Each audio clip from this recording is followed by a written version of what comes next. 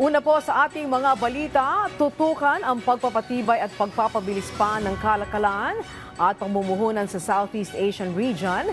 Itong iginiit ni Pangulong Ferdinand R. Marcos Jr. sa harap ng pagtanggap ng Pilipinas sa chairship ng ASEAN Business Advisory Council. Ayon sa Pangulo, prioridad din dito ang pagtutulungan para sa pagbuo ng mas marami pang oportunidad. Si Kenneth Paciente sa sentro ng balita.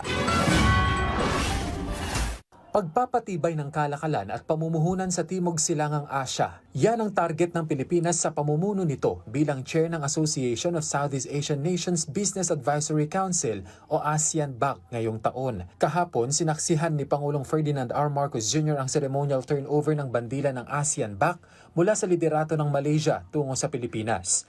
Ipaprioridad niya ng bansa ang trade and investment, pati na ang pagbuo ng mga trabaho. Under the Philippine chairship, we place strong emphasis on building economic corridors that expand trade and investment, strengthen regional supply chains, and open doors of opportunity for businesses and communities across ASEAN. We note that the ASEAN-BAC's priorities for this year anchored on 4 pillars: people, planet, platform, and productivity are fully supportive of these priorities. Ipinunto rin ng Pangulo ang mahalagang papel ng Konseho sa pagsusulong ng mga mahahalagang salik para sa pag-unlad ng rehiyon at sa pamumunuan niya ng bansa sa ASEAN ngayong 2026. Siniguro ng Pangulo na itataguyod nito ang mga interes ng mga bansang kasapi ng ASEAN at binigyang diin na ipagpapatuloy ang mga sinimulan na ng ASEAN-BAC.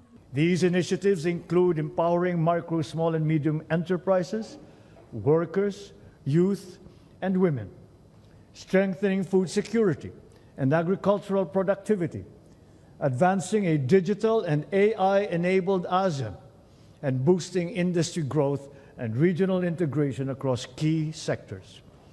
The Philippines remains fully committed to supporting ASEAN-BAC's plans and programs in the year ahead. We will continue to provide platforms for dialogue and partnership by bringing together policymakers, business leaders, investors, innovators. Gayunman, ipinunto niya na mahalaga pa rin ang pagkakaisa at pagtutulungan ng mga bansa sa rehiyon para maabot ang mga layunin nito.